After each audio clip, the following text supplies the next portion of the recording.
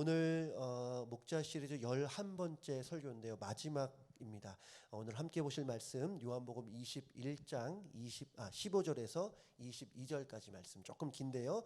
저와 한 절씩 교독하겠습니다. 그들이 조반 먹은 후에 예수께서 시몬 베드로에게 이르시되 요한의 아들 시몬아 내가 이 사람들보다 나를 더 사랑하느냐 하시니 이르되 주님 그러하나이다. 내가 주님을 사랑하는 줄 주님께서 아시나이다. 이르시되 내 양을 먹이라 하시고 또 두 번째 이르시되 요한의 아들 시몬아 내가 나를 사랑하느냐 하시니 이르되 주님 그러하나이다. 내가 주님을 사랑하는 줄 주님께서 아시나이다. 이르시되 내 양을 치라 하시고 세 번째 이르시되 요한의 아들 시몬아 내가 나를 사랑하느냐 하시니 주께서 세 번째 내가 나를 사랑하느냐 하심으로 베드로가 근심하여 이르되 주님 모든 것을 아시오매 내가 주님을 사랑하는 줄을 주님께서 아시나이다. 예수께서 이르시되 내 양을 먹이라. 내가 진실로 진실로 내게 이르노니 내가 젊어서는 스스로 띠뛰고 원하는 곳으로 다녔거니와 늙어서는 내 팔을 벌리리니 남이 내게 띠띠우고 원하지 아니하는 곳으로 데려가리라. 이 말씀을 하심은 베드로가 어떠한 죽음으로 하나님께 영광을 돌릴 것을 가리키심이로라. 이 말씀을 하시고 베드로에게 이르시되 나를 따르라 하시니 베드로가 돌이켜 예수께서 사랑하시는 그 제자가 따르는 것을 보니 그는 만찬석에서 예수의 품에 의지하여 주님을 파는 자가 누구오니까 묻던 자더라. 이에 베드로가 그를 보고 예수께 여짜오되 주님 이 사람은 어떻게 되겠사옵나이까? 예수께서 이르시되 내가 올 때까지 그를 머물게 하고자 할지라도 내게 무슨 상관이냐? 너는 나를 따르라 하시더라. 아멘. 여러분 기억이 나실지 모르겠는데요. 제가 몇 주 전에 이 본문을 가지고 설교를 했었습니다. 이 베드로의 실패와 또 그의 회복에 관한 말씀을 나눴었는데요. 다시 한번 되짚어 보면요. 과거에 예수님이 체포되신 상황에서 베드로가 예수님을 3번 부인한 일이 있었습니다. 베드로 입장에서는 너무나 부끄러운 과거죠. 베드로에게 많은 실패가 있었지만 예수님을 부인한 것만큼 심각한 실패는 없었을 거예요. 이후에 예수님이 십자가에 달리시고 부활하신 후에 예수님이 베드로를 찾으십니다. 그게 오늘 본문의 내용인데요. 지난번에 말씀을 드렸지만 예수님은 의도적으로 베드로에게 3번을 물으셨어요. 네가 나를 사랑하냐고. 그러면서 자연스럽게 베드로가 3번의 사랑 고백을 하게 됩니다. 제가 주님을 사랑하는 줄 주님께서 아십니다. 이렇게 3번을 말해요. 이전에 예수님을 모른다고 3번 부인했던 그가 동일하게 예수님께 3번 사랑을 고백하고 있던 겁니다. 여러분 예수님이 물으신 것은 그를 질책하려거나 정죄하려는 것은 전혀 아니었어요. 오히려 베드로가 스스로 자기의 죄를 붙잡고 있었기 때문에 그 실패의 자리에서 벗어나지 못하고 있었기 때문에 그에게 자유함을 주시고자 그에게 온전함을 주시고자 그에게 회복을 주시고자 예수님이 그렇게 물으셨던 거예요. 우리도 살면서 때때로 실패를 경험합니다. 마음 같아서는 항상 성공하고 싶고 항상 형통하면 좋겠는데 이 맘 같지 안 되잖아요. 하지만 그 와중에도 우리가 기억해야 될 것은 하나님이 우리를 실패작으로 만들지 않으셨다는 거예요. 실패는 결코 하나님의 자녀에게 인생 결론이 될 수는 없습니다. 그럴 수는 없습니다. 왜냐하면 주님이 우리와 함께 하시기 때문에, 주님이 여러분을 너무나 사랑하시기 때문에 여러분 주님 안에 놀라운 회복이 있는 줄로 믿습니다. 여러분 주님 안에 진정한 회복이 있고 놀라운 치유의 역사가 있어요. 우리가 할 것은 이렇게 실패해서 회복하는 그 길목에 주님께 사랑을 고백하는 거예요. 사실 기독교에서 사랑만큼 중요한 거 없잖아요. 기독교의 시작은 사랑이다 말할 수도 있고 또 거의 전부라고도 말할 수 있는데 우리가 잘 알듯이 고린도전서 13장을 보면 사랑이 없으면 내게 아무 유익이 없다고도 말하고 사랑이 없으면 아무것도 아니라고 말하고 있습니다. 주님을 사랑하는 것, 마음 다해 주님을 사랑하고 목숨 다하고 뜻을 다해서 주님을 사랑하는 것이 첫째 되는 계명이라고 말씀했어요. 저는 우리 교회가 그 어디보다도 그 누구보다도 정말 하나님을 더욱 사랑하는 교회 되기를 바랍니다. 온 마음 다해 온 뜻 다해 하나님을 사랑하는 성도님들 되시기를 주님의 이름으로 축복합니다. 오늘은 지난번 설교에 의해서 좀 다른 부분을 좀 보려고 하는데요. 먼저 예수님께서 베드로에게 질문을 하셨어요. 네가 나를 사랑하느냐고.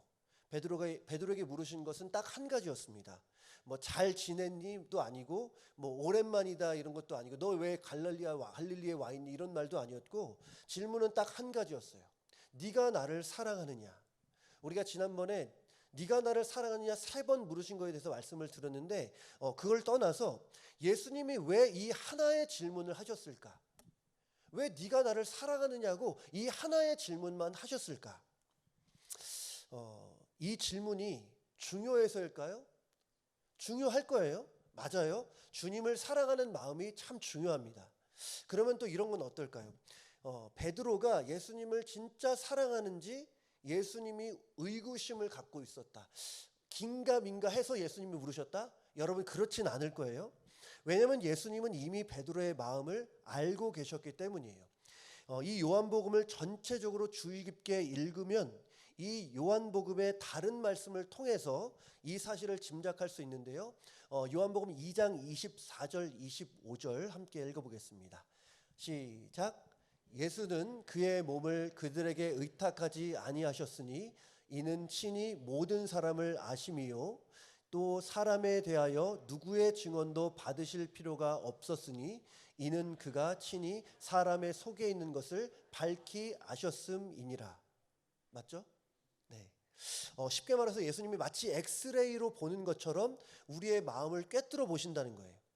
그러니까 예수님이 아심에도 불구하고 베드로에게 물으신 거예요. 네가 나를 사랑하느냐고.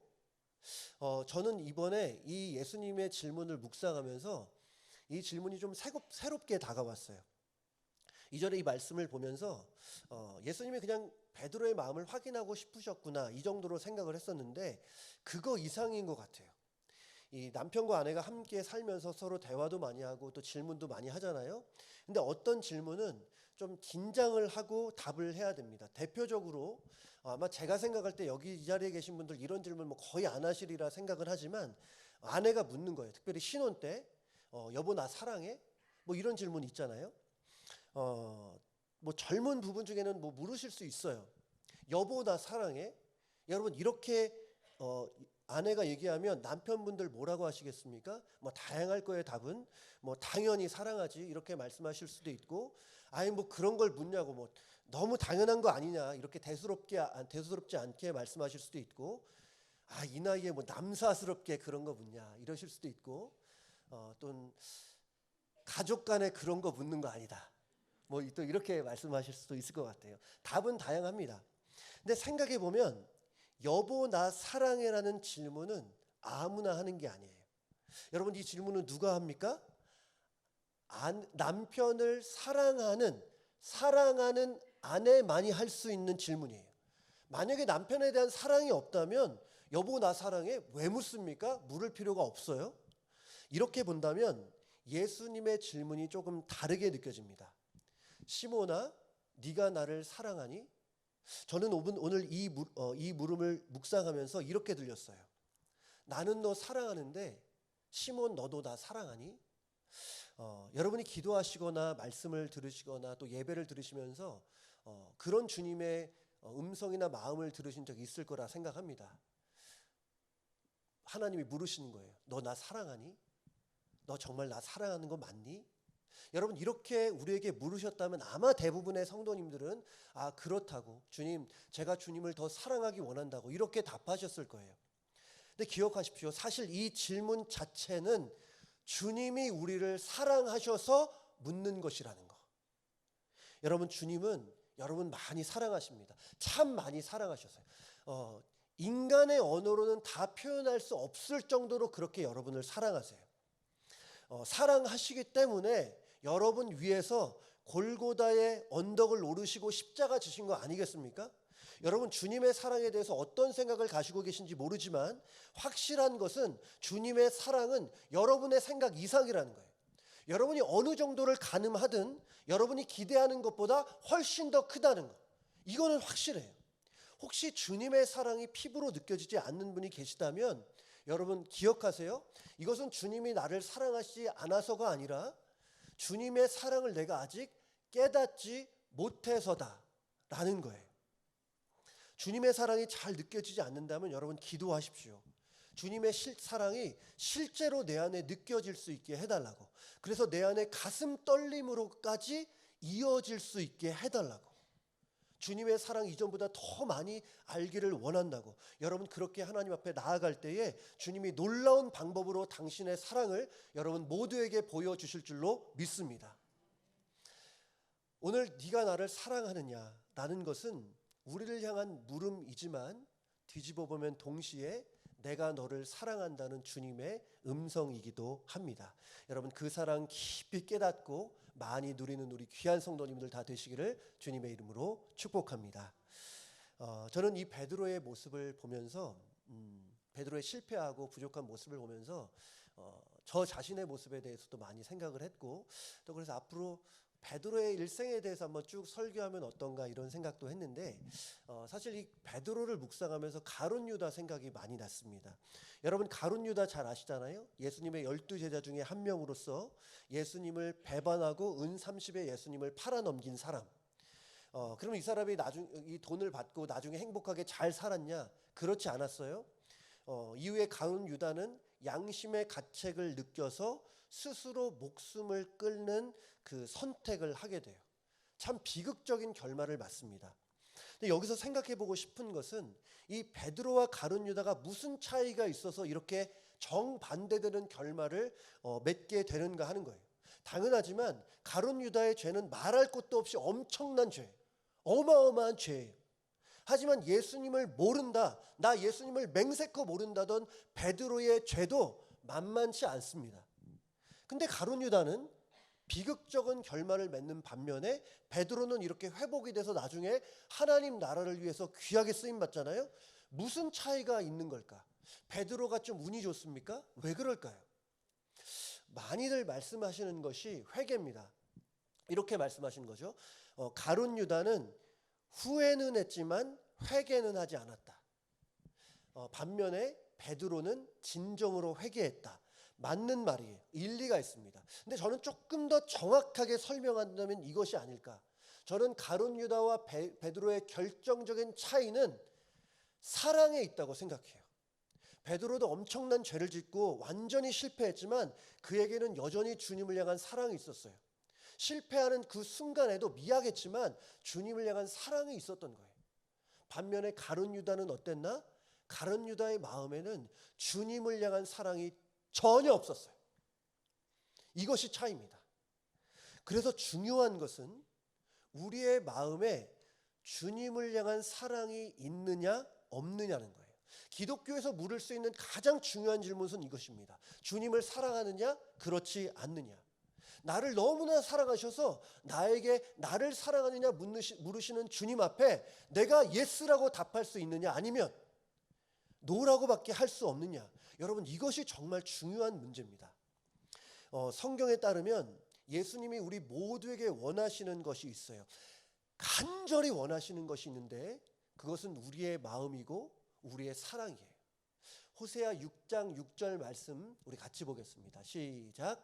나는 인애를 원하고 제사를 원하지 아니하며 번제보다 하나님을 아는 것을 원하노라. 새번역 성경에서는 이렇게 번역했습니다. 내가 바라는 것은 변함없는 사랑이지 제사가 아니다. 불살라 바치는 제사보다는 너희가 나 하나님 알기를 더 바란다. 너무나 명확하게 하나님이 원하시는 것은 우리의 마음이자 우리의 사랑이라는 거예요. 여러분 하나님에 대해서 이렇게 오해하지 마십시오. 하나님은 우리의 마음과 상관없이 주일 성수만 하시면 기뻐하신다. 예배당만 앉아 있으면 좋아하신다. 헌금 액수만 많으면 하나님이 받으신다. 찬양 실력만 좋으면 하나님이 그 찬양을 받으신다. 그렇지 않아요? 그렇지 않습니다. 하나님은 마음 없는 예배를 받지 않으세요. 사랑 없는 헌금을 기뻐하지 않으시고 마음이 담기지 않은 찬양과 기도를 기뻐하지 않으세요. 왜냐? 하나님은 먼저 우리의 마음을 원하시기 때문에. 하나님은 우리의 사랑을 원하시기 때문이에요. 여러분 그런 면에서 저는 우리 모두가 이전보다 하나님 더 사랑하기를 바랍니다.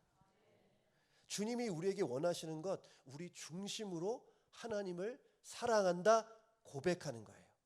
많이 부족하지만 주님 사랑한다고, 내가 어제보다 내일 더 주님 더 사랑하기를 원한다고, 이러한 고백이 우리 안에 풍성히 일어날 수 있게 되기를 주님의 이름으로 축복합니다. 근데 오늘 본문은 그렇게 사랑을 한다면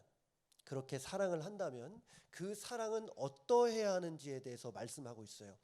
예수님이 베드로에게 네가 나를 사랑하느냐 물으실 때마다 베드로가 답했죠. 제가 주님을 사랑하는지 주님이 아시나이다. 그리고 나서 예수님이 레파토리처럼 하시는 말씀이 뭐냐면 내 양을 치라는 거예요. 내 양을 먹이라. 같은 의미예요. 저는 이 짧은 문장 속에 엄청난 위로가 있고 신뢰가 있고 도전이 담겨 있다고 생각을 합니다. 아마 베드로는 이 말씀 듣고 엄청나게 감격했을 거예요. 감동의 도가니가 아니었을까. 이 말씀 하나로 완벽하게 회복되지 않았을까라는 생각을 합니다. 왜냐? 여러분, 예수님이 지금 베드로에게 내 양을 치라고 말씀하셨어요. 근데 여러분, 양 치는 거 누구의 일입니까? 어떤 이의 일이 아니라 사실은 양치는 일은 예수님 자신의 일이에요. 우리가 요한복음을 보고 있는데 요한복음 10장에는 심지어 이렇게 말씀하세요. 나는 선한 목자라. 세상에 얼마나 많은 직종이 있습니까? 직업이 있습니까? 근데 그 많은 직업 중에 예수님이 콕 집에서 말씀하시는 게 나는 목자다. 그러니까 예수님의 일생은 양을 치는 거였어요. 양을 먹이는 것이었어요. 근데 지금 그 일을 예수님이 베드로에게 맡기신 거죠. 여러분, 베드로에게 자신의 일을 맡기신다는 건 뭐예요? 내가 너 믿어준다는 거 아니에요. 너 믿어주니까 맡기는 거 아니겠습니까? 예수님이 양들을 얼마나 아끼시는 분이신데, 양들이라면 자기 목숨까지 버리실 정도로 그렇게 양을 끔찍히 사랑하시는 분인데 그분이 그 양을 내게 맡기신다? 여러분, 베드로 입장에서는 이거 감격 아닙니까? 감동이에요. 내가 뭐라고? 내 머릿속을 지금 가득 채우고 있는 것은 예수님을 배반한 그 기억밖에 없는데 그런 나를 믿어주시고 나에게 그 귀한 양을 맡겨주신다고요? 감동이죠, 감동. 저는 그런 생각을 많이 했었고 또 지금도 하고 있습니다. 뭐냐면 내가 뭐라고 에브리데이 교회 담임 목사가 되게 하시지?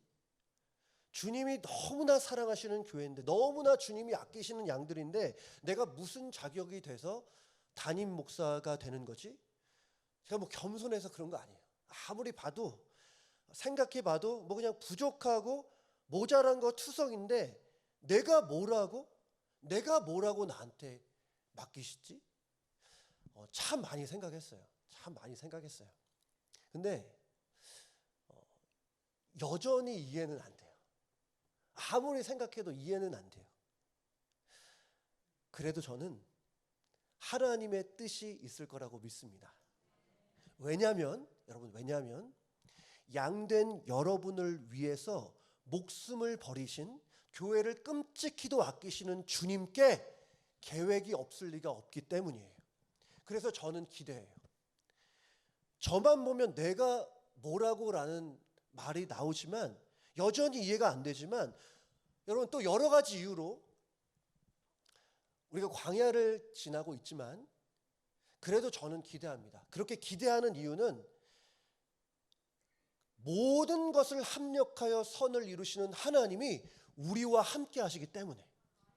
저는 설교 준비하고 기도하고 여러 가지 성도님과 대화하면서 하나님이 많은 사인을 주셨다고 저는 믿고 있어요. 어떤 사인이야? 하나님이 우리 교회 사랑하신다는 거, 하나님이 우리 성도님들 너무너무 아끼신다는 거. 여러분, 그래서 그 마음 있으면 어떤 상황에든 하나님만 있으면 되는 거 아니에요?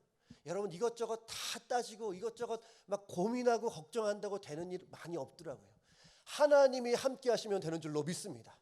하나님이 여러분 사랑하시기 때문에 하나님이 함께 하시면 다 되는 거예요. 오늘 본문을 보면서 이 베드로가 이런 심정이 아니었을까 싶습니다. 내가 뭐라고 나한테 이런 일을 맡기시지? 이해가 안 됐을 거예요. 근데 주님이 말씀하셨기 때문에 기대는 컸을 겁니다. 왜요? 주님의 계획은 잘 모르지만 양들을 사랑하시는 주님의 마음은 알고 있기 때문에. 여러분, 주님의 계획과 뜻 우리 다 알고 있습니까? 다 알지 못해요. 여러분의 미래도, 교회의 미래도 우리 다 알 수 없습니다. 하지만 제가 분명히 아는 것, 여러분이 분명히 알 수 있는 것은 뭐냐? 하나님이 우리를 사랑하신다는 것. 다시 돌아가서 이제 조금 더 큰 관점으로 이렇게 보면 이렇게도 볼 수 있어요. 베드로가 예수님에게 사랑을 고백하자 예수님이 베드로에게 사명을 부여하셨다. 사명. 근데 저는 오늘 이 사명을 오늘 설교 제목처럼 심부름이라고 표현하고 싶습니다. 뭐 특별한 이유가 있는 것은 아닌데 이런 것 때문이에요. 여러분, 우리가 사명이라고 하면 여러분 머릿속에 무엇이 떠오릅니까? 어떤 이미지가 있으십니까? 많은 분들은 사명하면 선교, 또 전도를 생각하실 거고, 더 나아가서는 뭐 선교지에서 내가 뼈를 묻으리라, 뭐 순교까지 떠올리는 분도 계실 거라고 생각하는데, 그래서 이 사명하면 너무나 크고 그래서 너무나 큰 부담으로만 다가오는 일이 있어요. 그런데 사명이라는 것은 이 선교와 전도에만 국한되어 있지 않습니다. 선교와 전도도 굉장히 중요한 부분이지만 사명이라는 것은 그것들보다 더 큰 개념이에요. 그래서 제가 여기서 사명을 심부름이라고 표현한 것은 뭐 여러분 뭐 부담 갖지 마세요, 뭐 이런 것이 아니라 한번 작은 것부터 해보자는 그런 의미에서 말씀을 드립니다. 어릴 때 어머니가 심부름을 시켰던 일들이 생각이 나는데요. 가게 가서 콩나물 사오라고. 제 기억에 초등학교 들어가기 전부터 아마 심부름을 시키셨던 것 같아요. 사실 어머니가 직접 가셔서 콩나물 더 좋은 걸로 골라오실 수 있잖아요. 근데 어머니는 어린 저를 믿고 제가 개선을 잘할 것을 믿고 또 말씀하신 콩나물을 사올 것을 믿고 어머니가 하셔도 될 일을 저에게 맡기셨어요. 오늘 장면이 딱 그런 장면입니다. 예수님이 베드로에게 심부름을 시키셨어요. 양치는 것은 여러분 전문가는 예수님 아닙니까? 근데 그 예수님이 예수님 자신이 할 수 있는 일을 베드로를 믿고 베드로에게 맡기셨어요. 그래서 베드로에게는 목양의 심부름이 주어졌습니다. 근데 제가 여러분 이 시간에 여러분에게 묻고 싶은 것은 이거예요. 그렇다면 여러분에게 주신 하나님의 심부름은 무엇인가? 하나님이 여러분에게 맡기신 심부름은 무엇일까 하는 거예요. 여러분, 하나님이 일하시는 방식은 동일합니다. 하나님이 여러분을 자녀 삼아주시고 여러분을 구원하셨을 때에 이제 됐다, 끝, 게임 오버 이렇게 말씀하지 않았어요? 구원해 주시면서 패키지로 주신 것이 있는데 그것이 사명이고 심부름이에요. 심부름의 모양과 모습은 다 다를 수 있습니다. 다를 수 있지만 어떤 게 뭐 더 귀하거나 덜 귀하거나 이렇게 말할 수 없어요. 주님이 심부름을 시키셨으면 주님이 귀하신 분이기 때문에 어떤 심부름이든 귀한 거예요. 그렇다면 여러분에게 맡기신 심부름은 무엇입니까? 선교와 전도 너무나 중요하지만 거기에만 머물지 않았으면 좋겠다고 말씀드렸어요. 순교하는 거 아니더라도 주님이 여러분에게 맡기신, 이거 해달라고 맡기신 심부름은 무엇입니까? 제가 우리 교회를 생각해 봤어요. 우리 교구장님들, 구역장님들, 구역원들을 잘 섬기는 일일 수도 있고 또 이렇게 성도님들을 위해서 교회 주방에서 뭐 땀 흘려가면서 음식을 만드는 일일 수 있고 또 빵 자르는 일일 수도 있고 여름에 얼마나 덥습니까? 우리 벨리는 또 바람도 세요. 우리 성도님들 안전하게 파킹하실 수 있도록 돕는 일일 수도 있고 또 우리 아이들에게 사랑과 하나님의 복음을 전하는 일일 수도 있고 또 우리 아기 가진 우리 인펀트 베이비 갖고 있는 우리 부모님들 예배 잘 드리라고 아기방에서 봉사하는 일일 수도 있고 또 이렇게 하나님께 최고의 찬양을 올려드리기 위해서 예배 전으로 하나님 앞에서 정말 연습하는, 성가대로 연습하는 일일 수도 있고 또 기도의 자리에서 누가 알아주지 않아도 교회와 성도들을 위해서 기도하는 일일 수도 있고 예배를 돕는 손길일 수도 있고 세계적이 있나 없나 보는 것일 수도 있고 또 그냥 환한 얼굴로 성도에게 인사하는 것일 수도 있고 또 힘들고 지친 이에게 찾아가서 그냥 어깨에 토닥이면서 힘내라고 위로하는 것일 수도 있고 말하자면 끝이 없습니다. 이렇게 모양은 달라요. 하지만 분명한 것은 하나님이 우리 구원받은 우리 모두에게 심부름을 시키셨다는 거예요. 여러분, 교회가 존재하는 궁극적인 이유는 하나예요. 하나님의 영광이에요. 먹든지 마시든지 무엇을 하든지 하나님의 영광을 위해 하라고 하셨어요.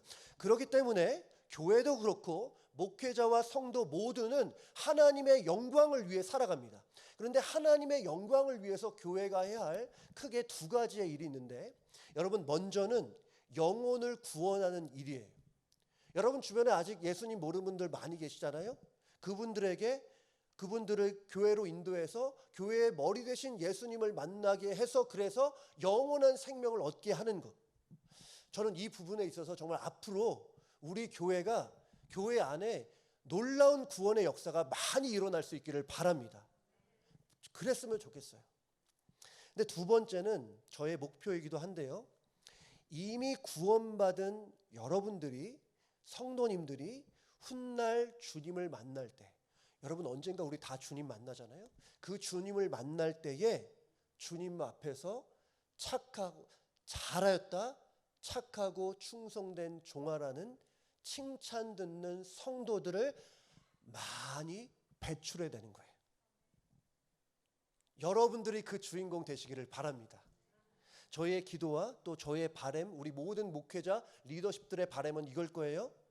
여러분, 잘하였다는 칭찬 듣는 성도들을 세워가는 것. 여러분, 그렇게만 되면 저는 성공이라고 생각해요. 목회자의 영광은 성도들, 많은 영혼들을 구원하는 것뿐만 아니라 성도들에게 하나님의 말씀을 먹여서 그들이 하나님 앞에 충성함으로 나중에 칭찬받게 하는 거예요.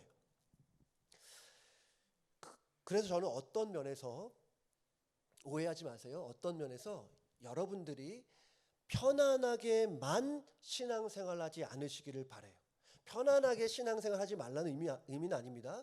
편안하게만 신앙생활하지를 않으시기 바라요. 저는 여러분이 편안하게만 신앙생활하기보다는 상급을 받을 만하게 신앙생활하시기를 바라요. 편하게 앉아서 아무것도 안 하고 어떤 상급을 우리가 기대할 수 있겠습니까? 저는 그래서 여러분들에게 물질의 헌신 이상으로 여러분의 시간과 땀과 여러분의 정성을 하나님께 올려드리시기를 바라요. 그것이 교회의 봉사일 수 있어요. 그래서 저는 앞으로 교회 봉사하는 거 강조할 겁니다. 하지만 교회에서 하는 봉사만 주님의 심부름인가? 그렇지 않습니다. 여러분의 일상의 자리에서도, 여러분이 있는 가정에서도, 여러분의 일터에서도, 학교에서도 주님이 여러분에게 부여하신 심부름이 분명히 있을 거예요. 그 심부름이 무엇일까? 이 질문에 여러분 어느 정도 답을 갖고 계십니까? 답이 전혀 없다고 한다면 혹시 여러분 그러면 고민해 보시기 바라요. 두 손을 모아서 하나님 앞에 여쭤보세요. 저에게 어떤 심부름을 맡기셨냐고.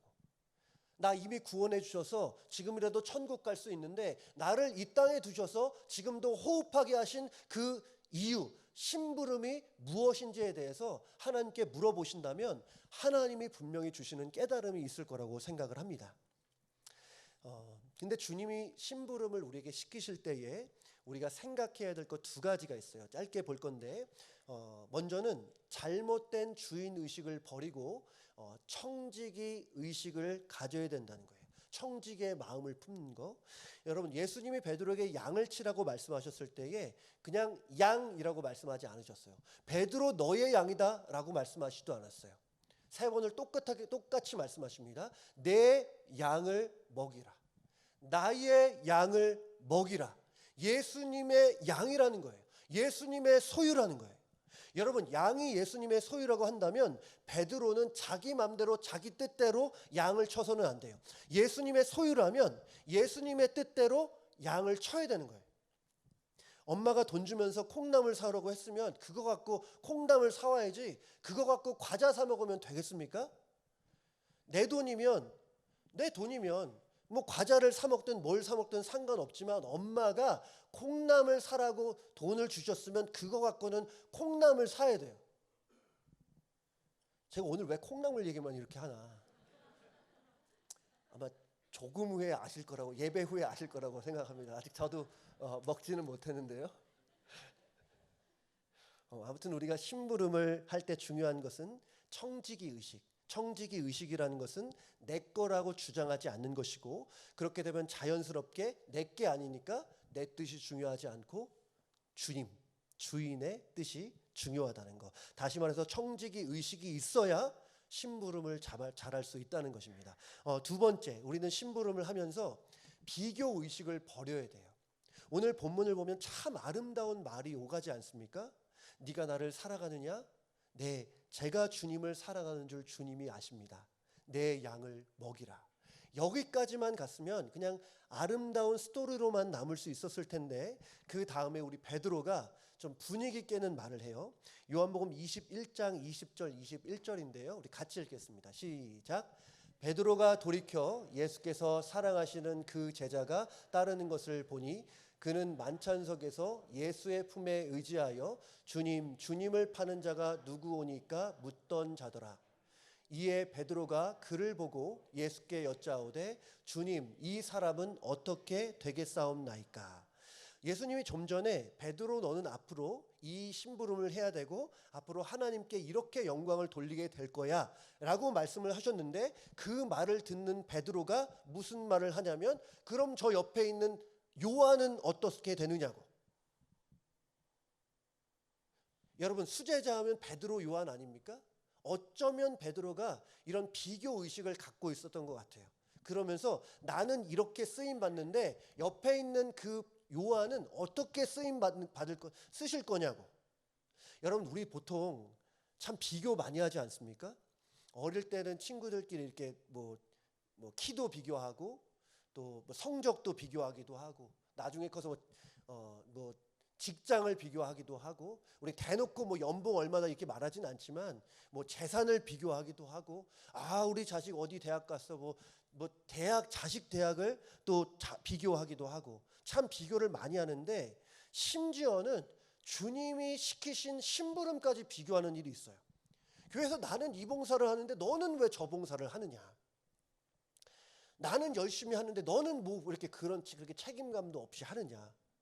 또 남이 가진 재능과 은사를 보고 하기도 하고, 이런 식이에요. 예수님이 저 사람에게는 5달란트 주셨는데 왜 나한테는 2달란트만 주시냐고. 나한테 2달란트 주셨는데 알고 보니까 저 사람한테는 1달란트 주셨다고. 이렇게 비교하면서 나보다 조금 떨어진다 싶으면 우월감을 갖게 되고, 나보다 조금 낫다 싶으면 열등감에 빠져버리는 거. 여러분, 이것이 우리 모두는 모르겠어요? 많은 이들의 모습 아니겠습니까? 그런데 우리가 할 일은 주님의 말씀에 의하면 주님이 내게 주신 심부름만 잘하면 된다는 거예요. 누구는 어떻다느니 비교할 필요가 없다. 남과 비교하면서 쓸데없이 시간 낭비하고 뭐 에너지 낭비하고 감정 소비할 필요가 없다는 거예요. 우리가 할 일은 그냥 묵묵하게 주님이 내게 허락하신 그 자리에서 주님이 내게 시키신 심부름만 잘하면 되는 거라는 거예요. 예수님이 22절에 베드로에게 이렇게 말씀하십니다. 예수께서 이르시되 내가 올 때까지 그를 머물게 하고자 할지라도, 요한에 대한 거예요. 베드로, 네가 무슨 상관이냐? 너는 나를 따르라 하시더라. 남과 비교하지 말고 너에게 맡겨진 심부름만 잘해라. 그거면 된다. 그거면 충분하다라는 말씀입니다. 주님이 참 사랑하시는 우리 성도 여러분, 누차 말씀드렸지만 예수님은 여러분을 너무나 사랑하세요. 여러분을 끔찍히도 아끼세요. 그래서 때때로 우리에게 물으시는 것이 네가 나를 사랑하느냐. 무엇보다 주님은 우리의 마음을 원하십니다. 베드로가 너무나 크게 실패를 했음에도 불구하고 가룟 유다처럼 그렇게 망하지 않고 회복할 수 있고 다시 일어날 수 있었던 것은 그래도 그에겐 미약하지만 주님을 향한 사랑이 있었기 때문이에요. 여러분, 우리 성도님들의 모두의 가슴 속에 이와 같은 주님을 향한 사랑이 가득하시기를 바랍니다. 그리고 여러분, 그 사랑을 가지고 주님이 각자에게 맡기신 심부름을 잘 감당할 수 있으면 좋겠어요. 남과 비교하지 않고 청지기의 마음으로 심부름 잘 감당할 때에 하나님의 영광 받으시고 하늘에 많은 상급이 쌓여가게 될 줄로 믿습니다. 아멘. 우리 같이 한번 찬양하면 좋겠는데요. 나의 안에 거하라. 우리 함께 찬양하겠습니다.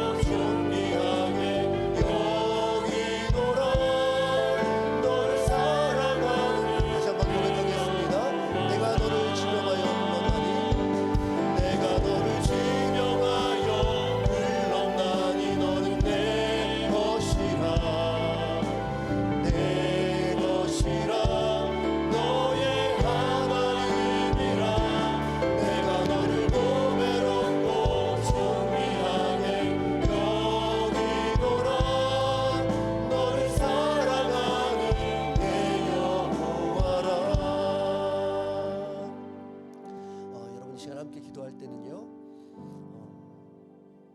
제가 주님을 사랑하는 줄 주님께서 아신다는 베드로의 고백이 나의 고백 되기를 원한다고, 그리고 그 사랑 가지고 주님이 부여하신 심부름 잘 감당하고 싶다고, 누구랑 비교하지도 않고 청지기의 마음으로 주님 주신 심부름 잘 감당할 수 있게 해달라고, 또 여러분 우리 교회와 성도님들을 위해 기도할 때는요, 우리 많은 성도님들이 주님의 심부름 잘 감당해서 주님 만날 그날에 주님 앞에 칭찬 듣는 성도들 다 되게 해달라고 시간 함께 기도하면 좋겠습니다. 기도하겠습니다. 아버지 하나님, 우리가 무엇이간데 주님이 우리를 사랑하십니까? 하나님, 제가 무엇이간데 주님이 저를 사랑하십니까? 사랑하셔서 하나님의 아들 딸 삼아주시고, 사랑하셔서 우리를 구원해 주시고 우리 천국 백성으로 삼아주셔서 감사합니다. 하나님, 우리를 사랑하셔서 물으시는 그 질문, 네가 나를 사랑하느냐? 네가 나를 사랑하느냐? 하나님, 그 물음 앞에 하나님, 제가 주님을 사랑하는 줄 주님이 아십니다라는 마음의 중심으로부터 나오는 고백이 우리 안에 있기를 원합니다. 하나님, 그 사랑으로 말미암아 또한 주님이 우리에게 주신 그 심부름 잘 감당할 수 있기를 원합니다. 남과 비교하지 않게 하여 주시고, 하나님, 잘못된 주인의식 버리고 청지기의 마음으로 하나님께서 내게 부여하신 그 역할 잘 감당하여, 하나님, 우리 귀한 성도님들 하나님 만날 그날에, 주님 하나님의 심판 앞에 설 그날에 잘하였다, 충성된 종아, 하나님 그렇게 칭찬 듣고 상급받는 귀하고 복된 우리 성도님들 다 될 수 있도록 하나님 축복하여 주시기를 원합니다. 그런 성도들 채워주시기를 원합니다. 그런 성도들 다 될 수 있도록 하나님 우리의 마음 변화시켜 주시고, 우리의 믿음을 새롭게 하여 주시고, 하나님의 영광을 위해 살아가고는 열정을 다시 한번 새롭게 하여 주시기를 원합니다. 하나님, 그렇게 우리를 변화시켜 주시고 더욱더 주님 뜻에 합당한, 주님 기뻐하신 뜻을 잘 담아내는 아름다운 그릇으로서 준비될 수 있도록 도와주시기를 원합니다. 다 같이 자리에서 일어나셔서 우리 한 번만 더 찬양하면 좋겠습니다. 나의 안에 거하라, 나는 내 하나님이니 모든 환난 가운데 너를 지키는 자라. 두려워하지 말라, 내가 널 도와주리니 놀라지 말라, 내 손 잡아주리라. 내가 너를 지명하여 불렀나니 너는 내 것이라, 내 것이라, 너의 하나님이라. 내가 너를 교배롭고 존귀하게 여기노라. 너를 사랑하는 내 여호와라. 기도하겠습니다. 하나님 아버지, 우리를 향한 주님의 사랑과 비교해서는 너무나 보잘것없지만, 하나님, 우리의 사랑을 주님께 드립니다. 우리의 중심, 우리의 삶을 주님께 올려드립니다. 우리 귀한 양들을 끔찍히도 아끼시고 사랑하셔서 자신의 목숨을 버리신 주님을 사랑하는 마음으로 주님 시키신 심부름 정말 잘 깨닫고 순종하는 성도들 되게 하여 주시옵소서. 말씀하여 주시옵소서. 종이 듣겠나이다.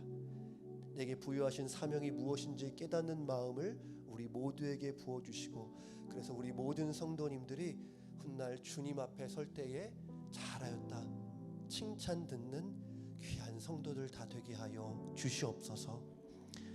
오늘도 주님을 사랑하는 마음을 우리의 예물에 담았습니다. 하나님, 우리 마음을 받아 주시옵소서. 이제는 우리 주 예수 그리스도의 은혜와 하나님의 사랑하심과 성령님의 교통하심이 주님을 더 사랑하기를 원하고, 그 사랑으로 주님이 주신 심부름 잘 감당하며 살기를 원하는 우리 모든 성도님들 머리 위에 이제로부터 영원토록 함께 있을지어다.